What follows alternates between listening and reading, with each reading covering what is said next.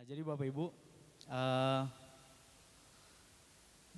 pagi hari ini secara khusus tuh ada hal yang akan kita bahas bersama berkenaan dengan firman Tuhan. Nah, yang sudah terpampang di layar di depan Bapak Ibu saudara depan saya.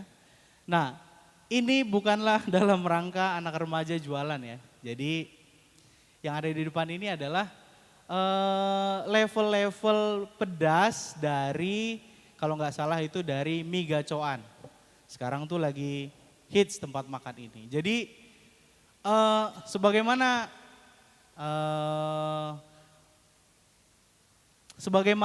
tempat usaha zaman sekarang, tempat usaha kuliner zaman sekarang berusaha untuk mengakomodir selera kita. Jadi setiap usaha itu berusaha melakukan inovasi, jadi memberikan level-level pada kepedasan yang bisa dia berikan. Karena sekarang trennya memang lagi makan pedas, jadi sengaja dibuat level supaya nggak kayak beli nasi goreng zaman dulu. Kalau beli nasi goreng pedas atau enggak, kita bilang enggak, ternyata cukup pedas. Kita bilang pedas, ternyata bagi orang yang lain itu kurang pedas. Nah, akhirnya untuk mengakomodir kebutuhan itu, nah zaman yang maju saat ini membuat level-level pedas dari makan-makan yang dijual. Kita baca sama-sama ya. Yang pertama level bocah, mungkin Brian masih bisa makan. Yang selanjutnya level merem, level melek, level melotot. Nah, ini kok jadi marah-marah. Level nangis, level meler. Yang ketujuh kemarin saya baca itu level menjerit. Ini saya pikir ini rumah makan apa rumah hantu ya, kok bisa sampai menjerit gitu makannya. Kemudian level lidah melet, ini saking pedesnya berarti. Level kuping panas, ini bukan karena dibicarain tetangga ya, bukan karena diomongin tetangga Bapak Ibu ya. Tapi emang level pedesnya tuh bikin kuping tuh merah gitu.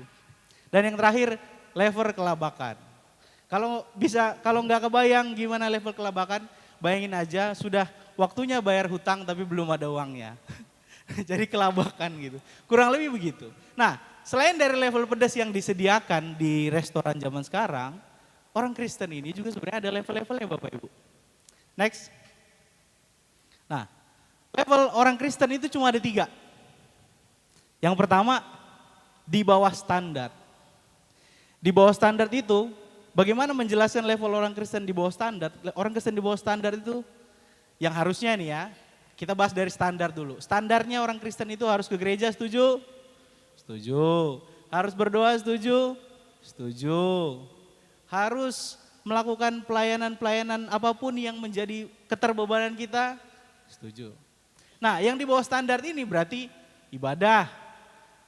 Bisa jadi setahun hanya 2 kali, Paskah Natal. Udah jelas kalau ibadah cuma setahun 2 kali, pasti tidak mengambil bagian dari pelayanan. Setuju ya?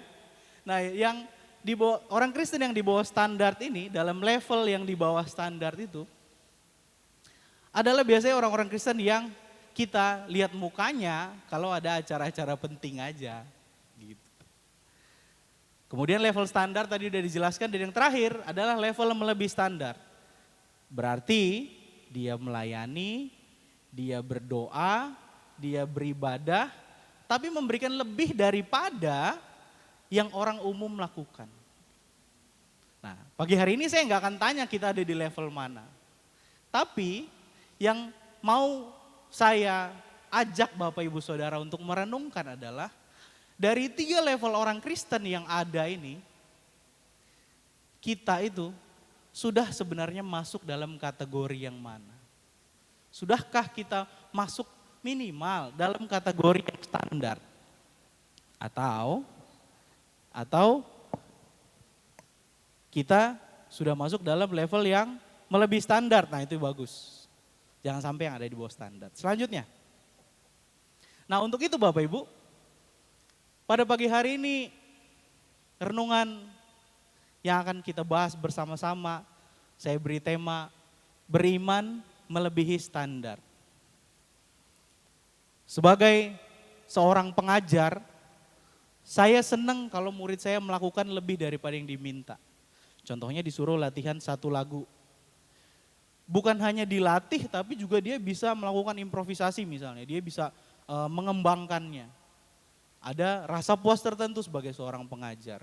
Begitu juga kalau misalnya nilai di sekolah. Di nilai sekolah kan ada levelnya tidak lulus, lulus standar, tapi lulus dalam memuaskan. Kalau di kuliah ada istilahnya cum laude. Cum laude itu berarti lulus dengan level yang memuaskan. Itu berarti kalau level memuaskan itu IPK-nya di atas 3,6. Berarti rata-rata nilainya minimal A- semua.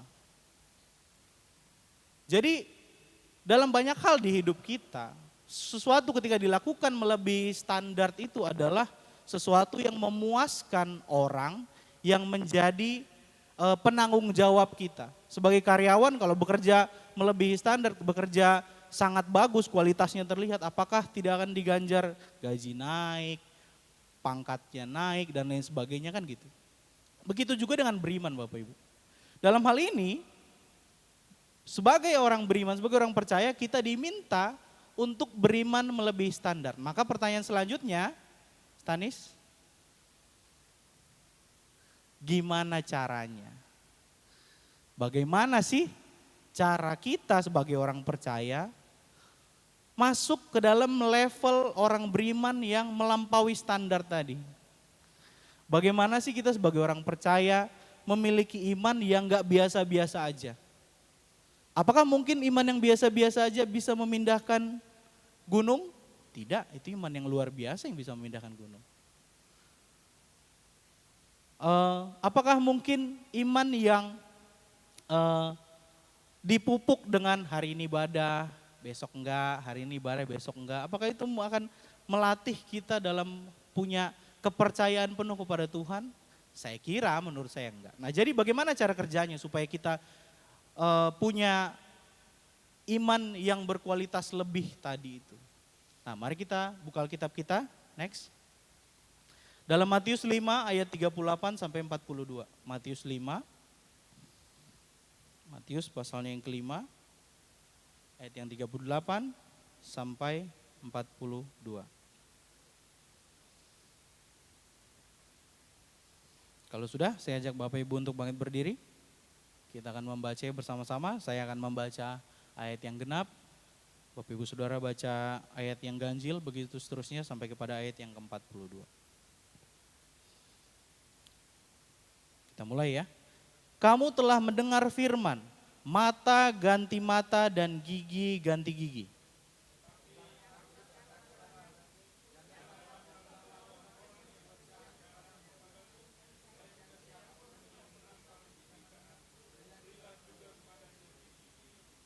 Dan kepada orang yang hendak mengadukan engkau karena mengingini bajumu, serahkanlah juga jubahmu.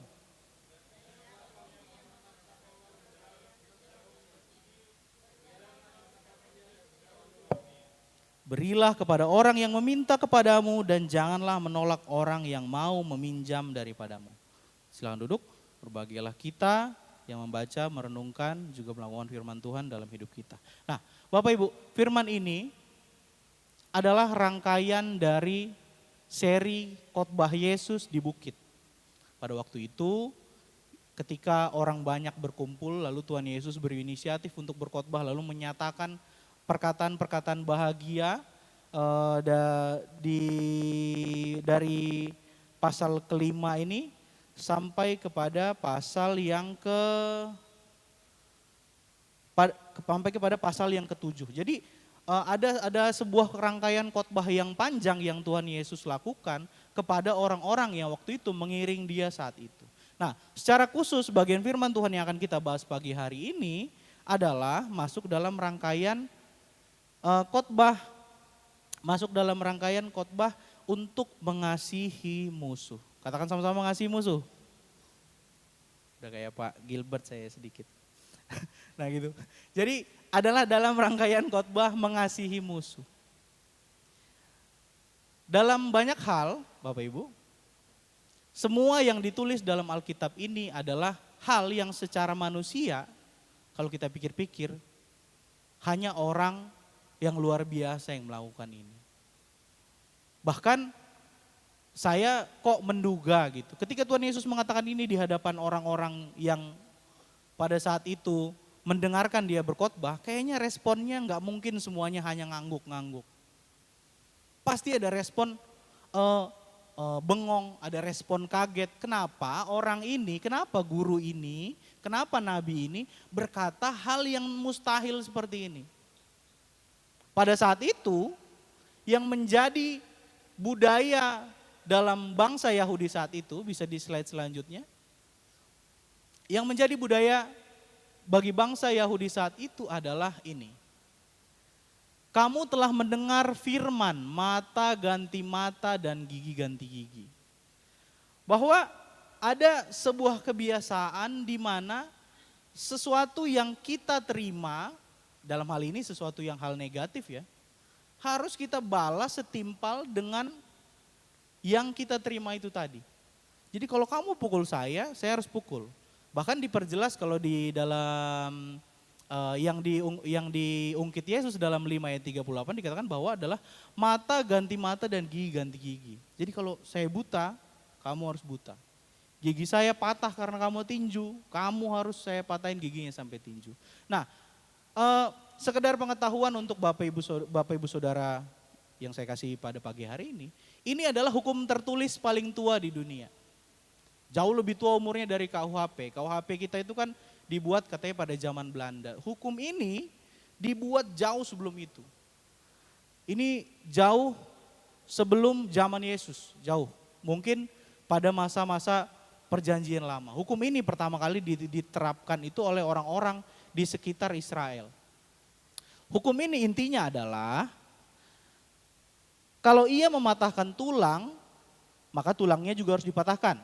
Kalau ia membuat seseorang buta, orang lain buta sebelah, maka matanya pun harus dibutakan sebelah. Kalau ia memukul orang lain sampai patah giginya, giginya pun harus dipatahkan. Apa saja yang dilakukan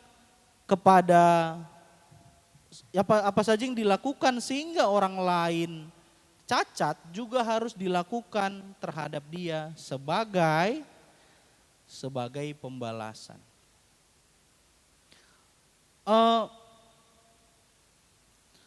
Hukum ini dipahami orang Israel itu sebagai hukum pribadi.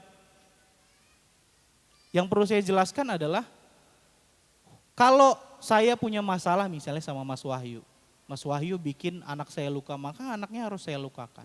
Padahal pada konteks perjanjian lama, yaitu di Imamat 24 ayat 19 sampai 20. Slide selanjutnya Stanis. Hukum ini hanya bisa lakukan dalam konteks hukum pengadilan. Jadi ada hakimnya.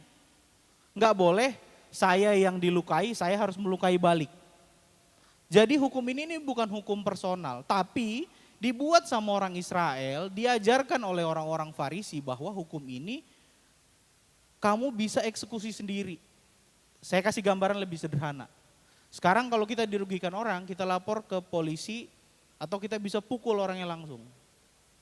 Di negara yang berjalan dengan baik, kita difasilitasi mengadu kepada negara supaya negara sebagai wasit menjadi eksekutor, menjadi pengadil akan kesalahan-kesalahannya. Jadi nanti akan dilihat dulu, oh siapa yang mulai, oh efeknya apa, siapa yang mukul duluan, apa hukuman yang harus dibanding. Nah, hukum mata ganti mata itu sebenarnya ditujukan supaya orang yang dirugikan atau orang yang merugikan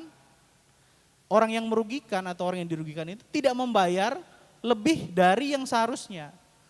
Contohnya, sapi saya karena suatu hal sapi saya mati.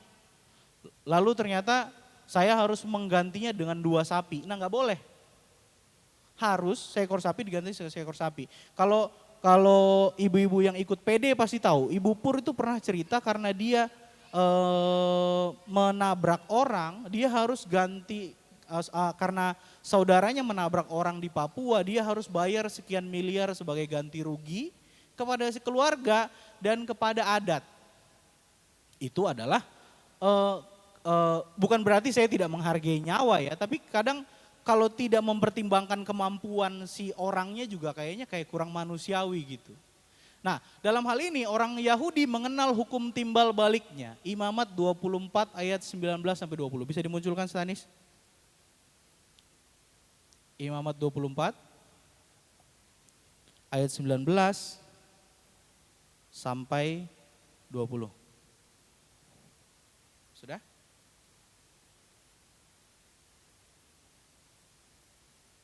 Imamat 24, 19, 20.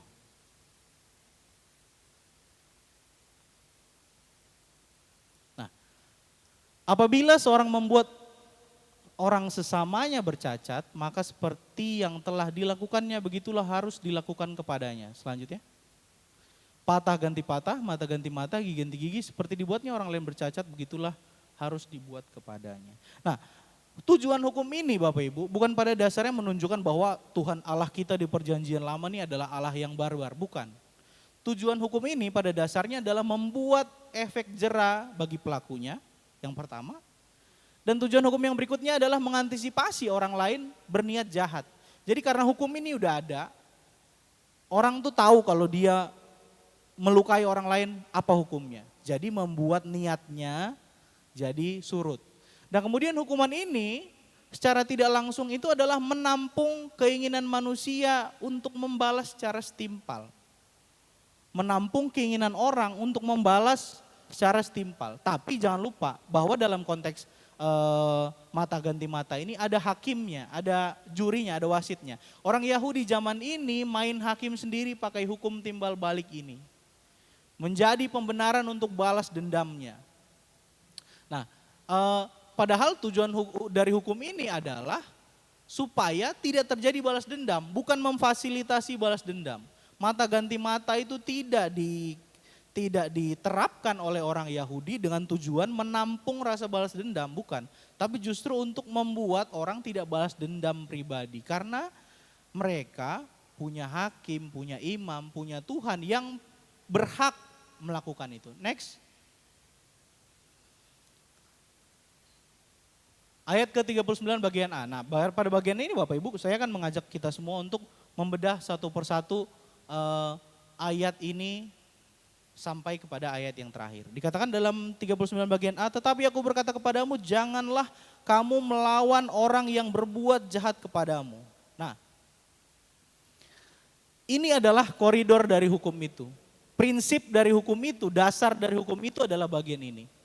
Yaitu jangan melawan orang yang jahat kepada kita. Bahwa enggak ada maksud Allah itu memberikan otoritas bagi kita untuk membalas perbuatan jahat sesama kita. Enggak ada pembenaran dari Tuhan bahwa kalau ada orang berbuat jahat sama kamu, kamu harus balas sendiri. Enggak ada. Itu ayatnya di Matius 5 ayat 10. Di Roma 12 ayat 19 dikatakan bahwa pembalasan adalah hakku, akulah yang menuntut pembalasan. Jadi pembalasan adalah haknya Tuhan. Karena kalau kita yang balas, manusia dengan segala emosi dan kekurangannya, kita seringkali punya kecenderungan membalas lebih daripada yang seharusnya. Saya pukul 1, biar saya puas, kamu saya tonjok 2. Nah itu mainan anak kecil zaman dulu tuh. Raja ketawa, apakah masih main sampai sekarang? Enggak lah ya. Nah, jadi Tuhan yang menuntut pembalasan. Bahwa membalas kejahatan akan membuat kita jadi penjahat juga. Nah, saya mau cerita satu Bapak Ibu. Di situ saya tulis contohnya adalah konflik antar suku di Papua. Jadi pada masa sebelum Orde Baru, zaman Orde Lama itu, ada sebuah kebiasaan, kalau nggak salah di Kalimantan juga, di Dayak juga. Jadi kalau ada orang mati karena perbuatan satu orang dari suku yang lain, maka suku itu wajib mengambil nyawa satu orang dari suku sebelahnya. Kalau orang Kalimantan punya istilah mengayau. Jadi sebagai tanda seseorang sudah dewasa, saya lupa orang Dayak apa gitu. Jadi sebagai tanda, pada masa lalu ya, zaman sekarang udah enggak. Jadi sebagai tanda seorang laki-laki sudah dewasa, dia diusir dari kampungnya. Ambil satu kepala dari suku lain, dari kelompok lain, bawa ke sini sebagai tanda, kayak dalam tanda petik, sebagai baptisan bahwa dia itu sudah menjadi orang dewasa. Jadi gitu, terbiasa. Yang ini pergi ngambil kepala orang dari kelompok yang lain. Kemudian juga di orang yang lain kan juga pasti begitu. Sehingga akhirnya konflik ini bukan hanya menjadi konflik antar pribadi, Tapi konflik ini kemudian menjadi konflik antar kelompok, antar golongan, antar suku. Bahkan kalau konflik antar suku di Papua ini beberapa tahun yang lalu ya, kita masih sering dengar beritanya. Panah-panahan, kemudian pakai senjata-senjata, terus kemudian dengan teriakan-teriakan khas khas kalau mereka berperang gitu, itu tuh dilakukan. Nah, membalas kejahatan otomatis membuat kita jadi penjahat juga. Kalau misalnya saya dipeper orang pakai sebuah lumpur, dicolek lumpur lah gitu. Lumpur yang sama akan saya ambil dan saya akan colek ke dia. Dari antara kami berdua siapa yang bersih? Enggak ada, dua-duanya kotor. Dua-duanya itu penjahat juga, dua-duanya itu menanggung beban dosa yang sama. Selanjutnya. 53 ayat 5, pasal 5 ayat 39b dikatakan bahwa melainkan siapapun yang menampar pipi kananmu, berilah juga kepadanya pipi kirimu. Nah di sini kalau Bapak Ibu bisa kelihatan kurang jelas ya. Respon standar orang ditampar itu saya udah catat Bapak Ibu. Respon yang pertama ketika orang ditampar itu kaget. Respon yang kedua ngeles. Nah kalau ngeles nih artinya dia sudah siap dengan datangnya tamparan itu. Yang ketiga, ketika orang ditampar, maka responnya adalah pergi. Berarti udah kena dulu, pergi dia. Biasanya kayak gini-gini gak bisa ngelawan. Respon berikutnya menangis, mungkin karena sakit gitu ya. Respon berikutnya senyum kecut. Ini biasanya kalau ditampar oleh atasan atau abangnya atau tulangnya atau siapa, pasti ada senyum-senyum kecut ketika ditabok gitu ya. Dan yang terakhir respon yang paling ekstrim adalah ketika digampar, maka seseorang itu balas menggampar. Kalau balas menggampar artinya dia punya keberanian yang sama gitu ya. Meskipun bisa jadi orangnya lebih tua, lebih berpangkat dan lain sebagainya. Nah berikut itu adalah respon standar orang ditampar. Saya ulang sekali lagi, ngeles, kaget, pergi, nangis, dan senyum kecut. Nah ketika Alkitab ini berkata bahwa siapapun yang menampar pipi kananmu, berilah kepada pipi kirimu. Saya kemarin berpikir untuk memberikan sebuah contoh gambaran bagaimana sih cara orang pada masa itu menampar. Jadi pada pagi hari ini siapa saya pilih ya? Guel, Mariwel, kita tampar-tamparan di sini. Ya, sebagai contoh Wel. Di sini. Kalau nggak malu nggak apa-apa. Nah oke, Bapak Ibu, gambarnya gini ya. Pada budaya masyarakat saat itu, dikatakan ya, kalau ayatnya yang pertama adalah untuk menampar pipi kanan. Kananmu sebelah mana Wel? Kanannya sebelah sini. Kalau saya menampar pipi kanannya Guel, mungkinkah saya pakai tangan yang ini? Mungkin. Caranya gimana? Kan nggak mungkin dong saya begini kan. Itu kan udah selain repot terus gak enak juga namparnya. Akhirnya yang dipakai adalah ketika dia menampar dengan punggung tangan. Kalau gue mau nampar pipi saya sebaliknya, pakai punggung tangan juga. Dilihatin. Nanti laporin mamanya Bu, tolong. Nah gitu, jadi harus menampar pakai punggung tangan. Salah satu penjelasannya, belum Wel, lihat ke sana aja. Kenapa dipakai punggung tangan pada masa itu untuk menampar? Karena ditampar pakai punggung tangan itu adalah sikap merendahkan. Sikap untuk merendahkan martabatnya. Nampar pakai punggung tangan pada masa itu dilakukan kepada hamba, budak, pembantu. Itu dia harus ditampar pakai punggung tangannya. Sementara kalau ditampar pakai arah telapak tangan, tangan bagian dalam ini, itu dipakai untuk nampar orang yang sederajat. Kalau saya mau menghinakan Guel, saya tampar pakai punggung tangan saya. Tapi kalau saya menganggap dia setara, misalnya saya tampar pakai bagian dalam. Silakan duduk. Terima kasih. Jangan bilang sama mama kita tampar-tamparan ya. Nah, jadi gambarannya begitu Bapak Ibu. Bangsa Yahudi pada masa itu punya kebiasaan yang menurut kita mungkin sebagai orang Asia ya, nggak umum. Karena bagi orang Asia salah satu bentuk penghinaannya, kalau yang saya tulis, bentuk penghinaan bagi orang Asia Tenggara adalah diludahi. Kalau diludahi itu udah paling hina lah kita kalau menerima perilaku itu. Tapi kalau di Timur Tengah pada masa itu ditampar pakai punggung tangannya. Next. Nah, perlu diingat dalam ayat yang dibahas, ayat yang ditulis dengan merekam perkataan Tuhan Yesus itu, perlu diingat bahwa menampar merupakan serangan yang tidak membahayakan jiwa. Artinya apa? Kalau kita mendapat serangan yang membahayakan jiwa, ya harus menghindar. Kita juga berhikmat juga, jangan malah kita ngasih badan kita untuk jadi pelampiasannya gitu. Nah, pada waktu mendapatkan serangan yang tidak membahayakan jiwa, maka yang dikatakan Tuhan Yesus adalah tidak boleh membalas. Bahkan yang harus dilakukan adalah memberi diri untuk mempersiapkan diri untuk diperlakukan lebih. Lebih baik menerima hal yang salah, yaitu ditampar tadi, daripada masuk ke dalam pertengkaran dan menambah dosa kita. Oke, kita bisa ganti katanya. Kata tamparnya kita ganti. Kalau kita diomongin orang, selama ini salah satu mekanisme pertahanan dirinya kan adalah ngomongin balik. Kita dibuka aib kita buka juga aibnya. Biar orang tahu.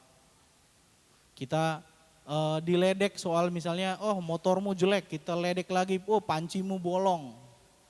Dan lain sebagainya gitu. Selalu ada mekanisme pertahanannya kayak gitu. Tapi dalam hal ini yang Tuhan minta dari kita adalah lebih baik menerima hal yang salah daripada masuk kepada pertengkaran dan menambah dosa kita.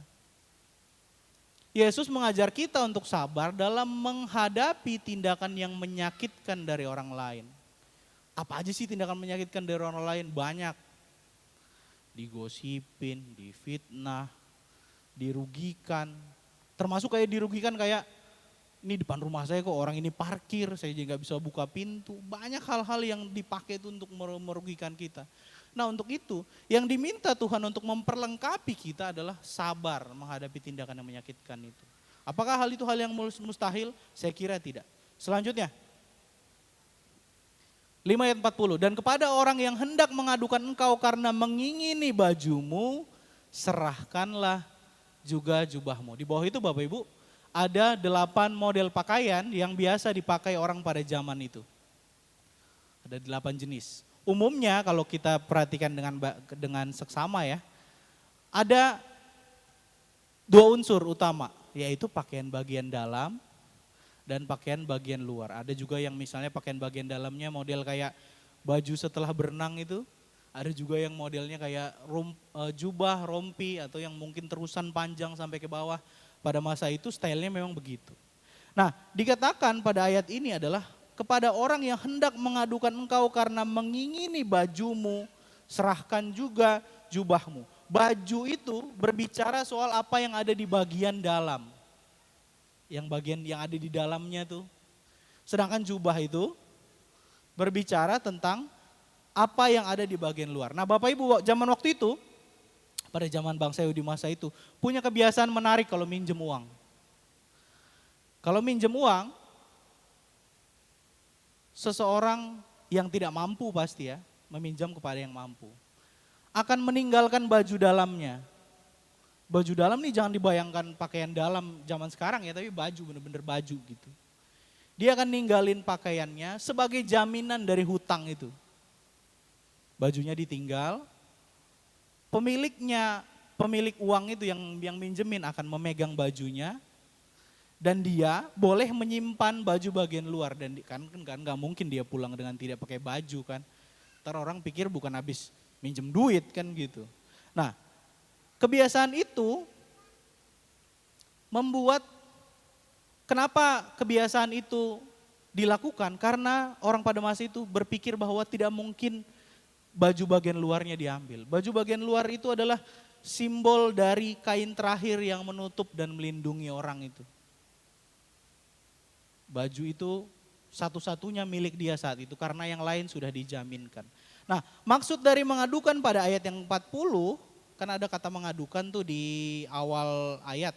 Maksud dari mengadukan adalah mendakwa, menuntut dan memperkarakan. Artinya dipermasalahkan secara hukum supaya bajunya bisa diambil. Ayat ini kurang lebih berbicara seperti itu. Diperkarakan karena bajunya bisa diambil. Mungkin kalau kita bisa kaitkan ini kayak ada kaitannya sama hutang yang mungkin tidak dibayar. Mungkin dia tidak bisa membayar hutangnya, akhirnya daripada dapat bajunya doang, diambil jubahnya juga. Jadi baju dan jubah orang Yahudi begitulah maknanya. Pada waktu itu orang Kristen bertemu dengan orang yang berusaha merenggut sebagian miliknya, mereka harus siap kehilangan seluruhnya. Kalau kamu diminta bajumu, kamu harus siap merelakan jubahmu. Next. Next lagi. Nah, saya mau bahas sebuah studi kasus. Saya tulis tokohnya di situ Eda Sitorus dan Eda Siregar. Bukan ibu yang ini ya. Bukan. Ini tokoh fiktif. Nah, dari dua kasus Ibu Eda Sitorus dan Eda Siregar ini, suatu ketika Ibu Sitorus itu melirik baju Ibu Siregar. Dan Ibu Sitorus itu ngomong, Eda, cantik sekali baju Eda, pasti mahal. Untukku lah Eda, katanya kan gitu. Biasa kalau ibu-ibu kan, kadang bercanda, kadang serius, kita jadi bingung kalau minta sesuatu tuh. Tapi ya begitulah kurang lebih. Nah, mungkin nggak pertanyaan saya, mungkin nggak Ibu Siregar itu menjawab, nah ambillah untukmu. Ini sekalian ada kebayaku juga yang kebayaku kayaknya bagus kalau Eda yang pakai. Mungkin gak percakapan ini terjadi? Mungkin. Kenapa mungkin terjadi Ibu Sura? Oh karena udah gak muat katanya. Itu berarti ini baju-baju sisa-sisa gitu. Percakapan ini nih mungkin terjadi kalau Ibu Siregar itu ketika diminta, dia punya rasa untuk, oh gue mau ngasih lebih. Percakapan itu bisa terjadi, percakapan ini bisa terjadi kalau di antara mereka tuh, minimal salah satu di antara mereka tuh punya kasih terhadap yang lain. Karena dikatakan, ini ada kebayaku bagus kayaknya kalau kamu yang pakai. Berarti kan selama ini dia merasa, oh enggak bagus yang pakai, ibu aja yang pakai, kayaknya lebih cocok warnanya gitu, mungkin gitu ya. Nah, karena percakapan ini mungkin terjadi karena salah satu di antara mereka punya kasih. Percakapan ini bisa terjadi karena salah satu di antara mereka itu punya keinginan untuk memberi lebih. Bisa enggak Ibu Siregar hanya memberi baju yang diminta tadi? Bisa aja, tapi ada orang memang punya kecenderungan ngasih lebih. Ada orang-orang seperti ini, orang-orang yang memelihara kebaikan dalam dirinya gitu. Nah, kita tidak mempunyai hak untuk membenci orang yang mengambil milik kita. Itu standarnya Tuhan. Kita tidak punya hak untuk membenci orang yang mencoba mengambil hak milik kita. Hal-hal ini Bapak Ibu, kalau kita tarik secara ekstrim, mungkin berlaku juga buat gusuran-gusuran, berita-berita gusuran yang belakangan kita dengar. Kita tahu bahwa rumah kita bertahun-tahun akan diambil orang. Belum tentu juga kita nggak dapat kepastian bahwa ganti ruginya akan setimpal dengan rumahnya. Bagaimana dengan kerugian-kerugian psikologisnya, kenangannya di rumah itu. Relasi baiknya sama tetangga-tetangga di samping gitu. Hal-hal itu banyak diambil dari kita. Itu kalau kita bicara sebagai gusuran. Kalau kita bicara soal sukacita kita, banyak sukacita kita diambil sekarang. Pada khotbah yang sebelumnya, saya sudah membahas harga cabai naik. Ini itu masalah BBM, kemudian ini itu lagi dan lain sebagainya gitu.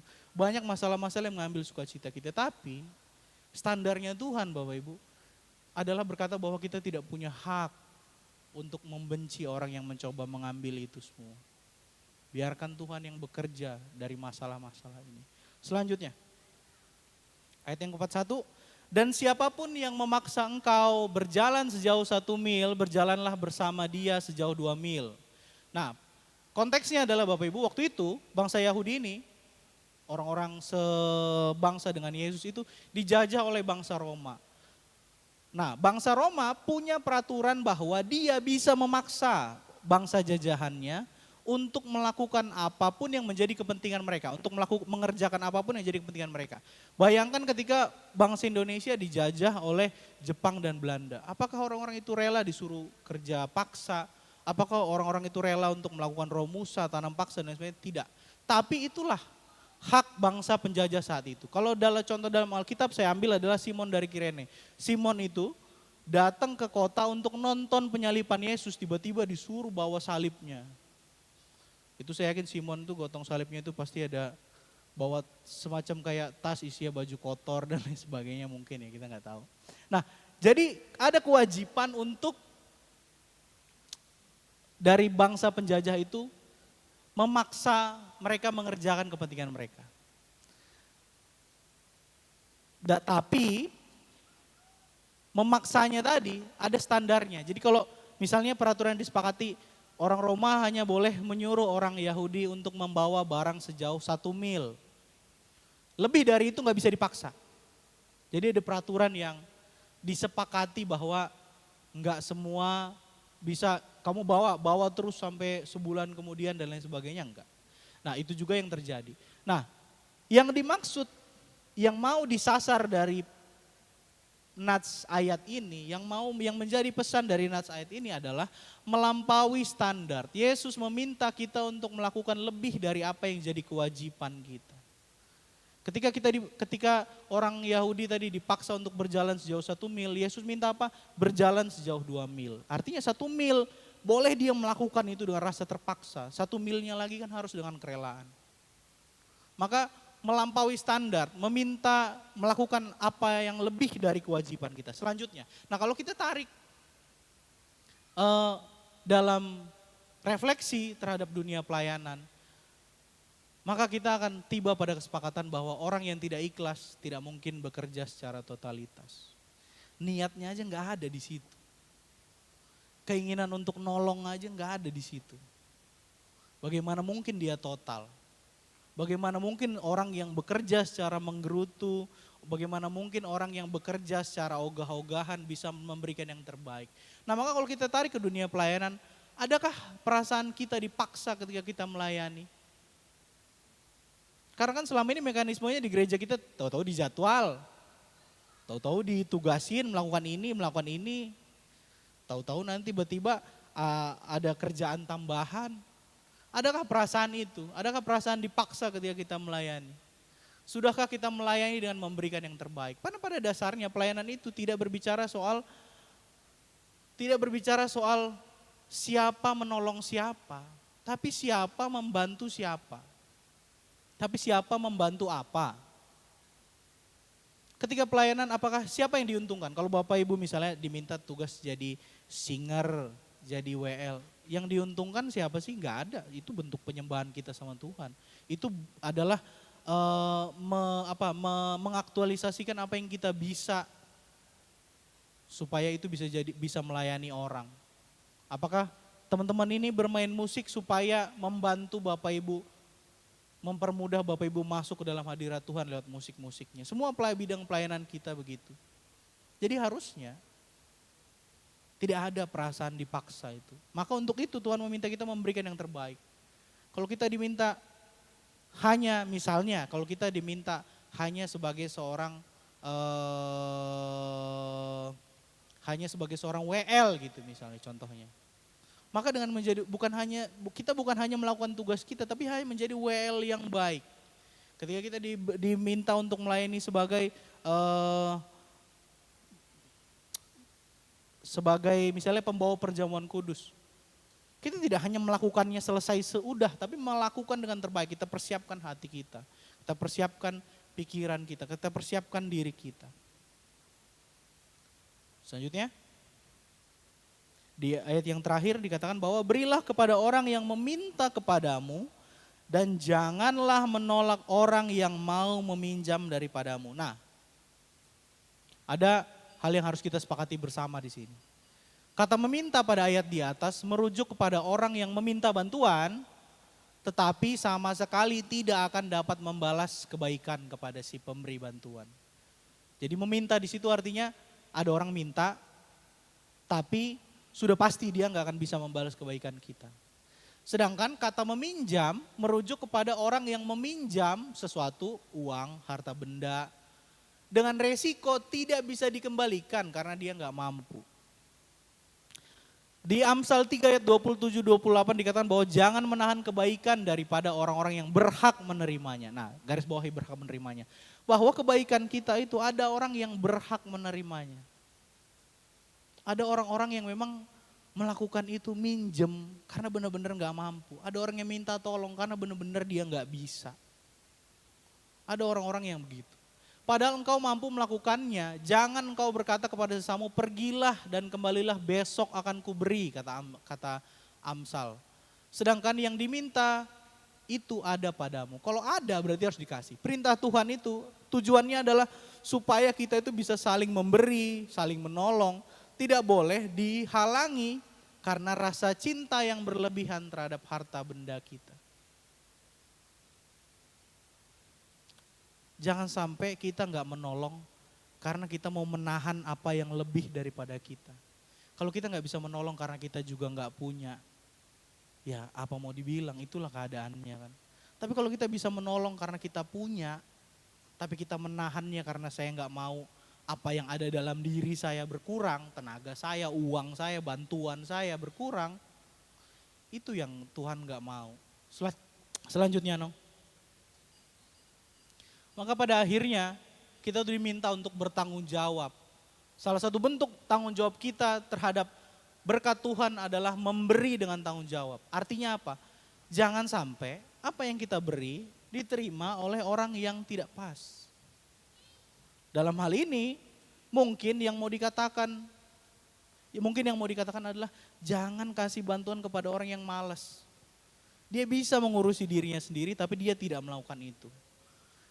Dia bisa memenuhi kebutuhannya sendiri kalau dia bekerja tapi dia tidak lakukan, dia malah pinjam. Nah, tipe-tipe orang yang cari gampang ini, ada iklan sebentar ya. Jadi kita harus bertanggung jawab terhadap berkat Tuhan dengan memberi, dengan bertanggung jawab. Iman yang lebih standar artinya bahwa semua yang kita miliki saat ini adalah pemberian Tuhan. Memberi kepada mereka yang berhak dan membutuhkan harus tanpa terhalang rasa cinta bagi harta benda kita. Maka yang bisa kita simpulkan adalah next.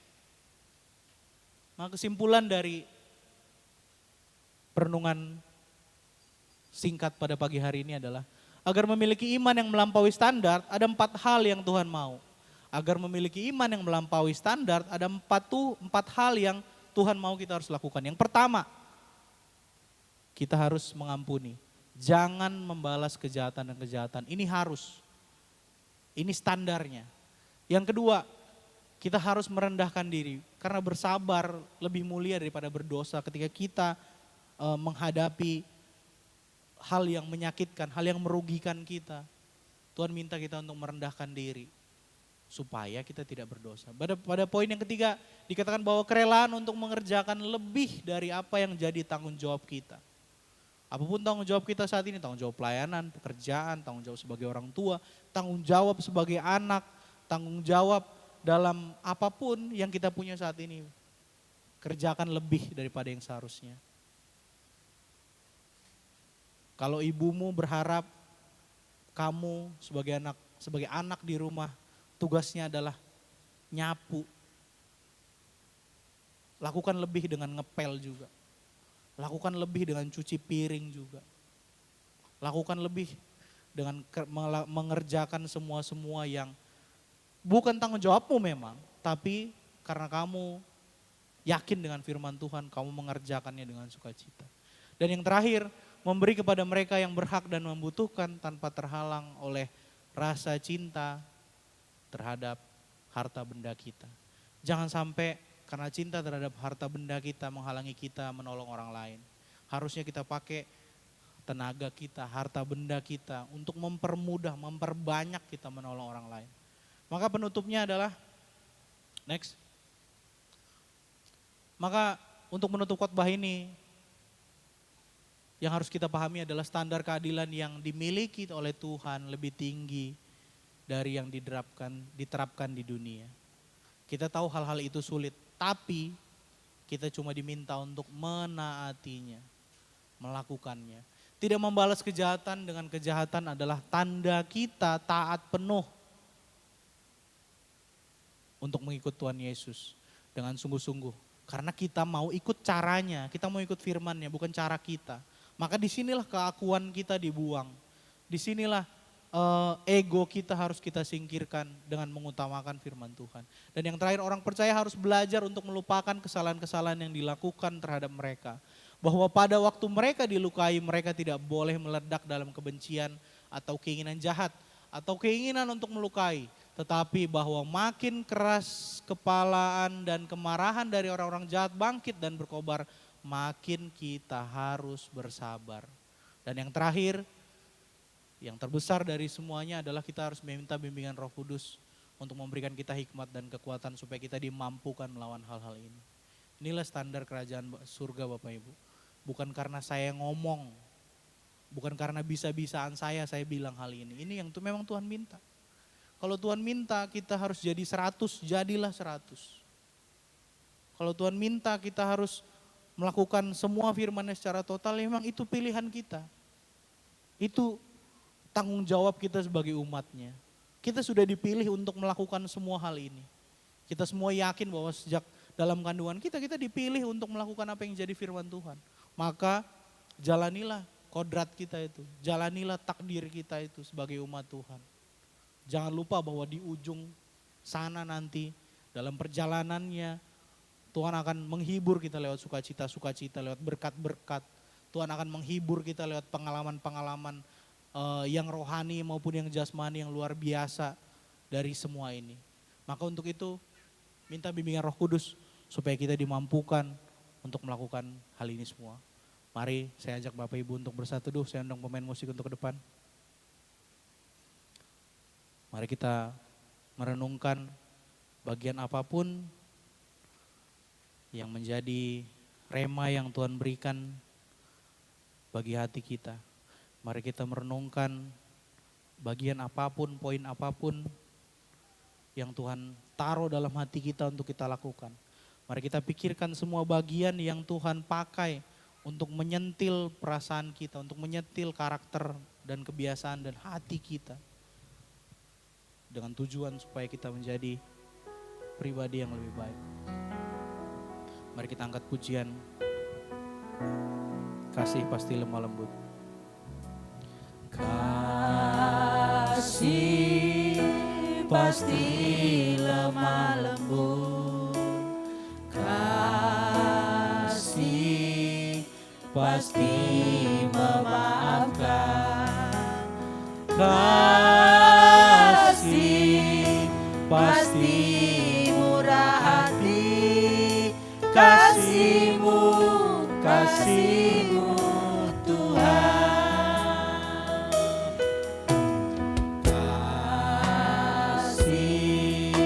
Pasti lemah lembut,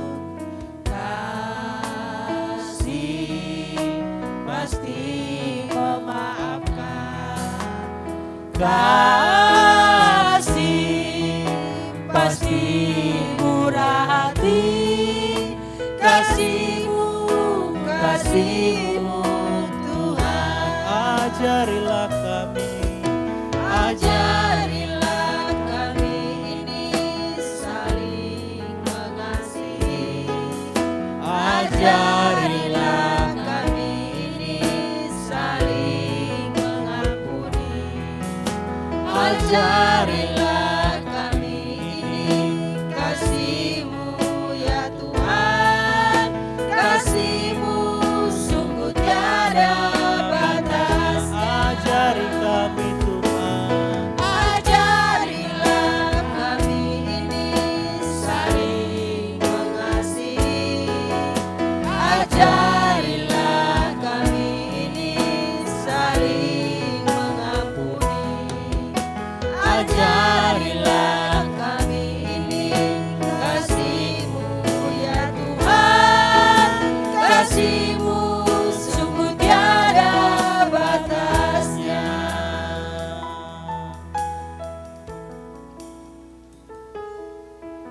ajarilah kami ini Saling mengasihi, ajarilah kami ini saling mengampuni, ajarilah kami ini kasih-Mu ya Tuhan, kasih-Mu sungguh tiada batasnya.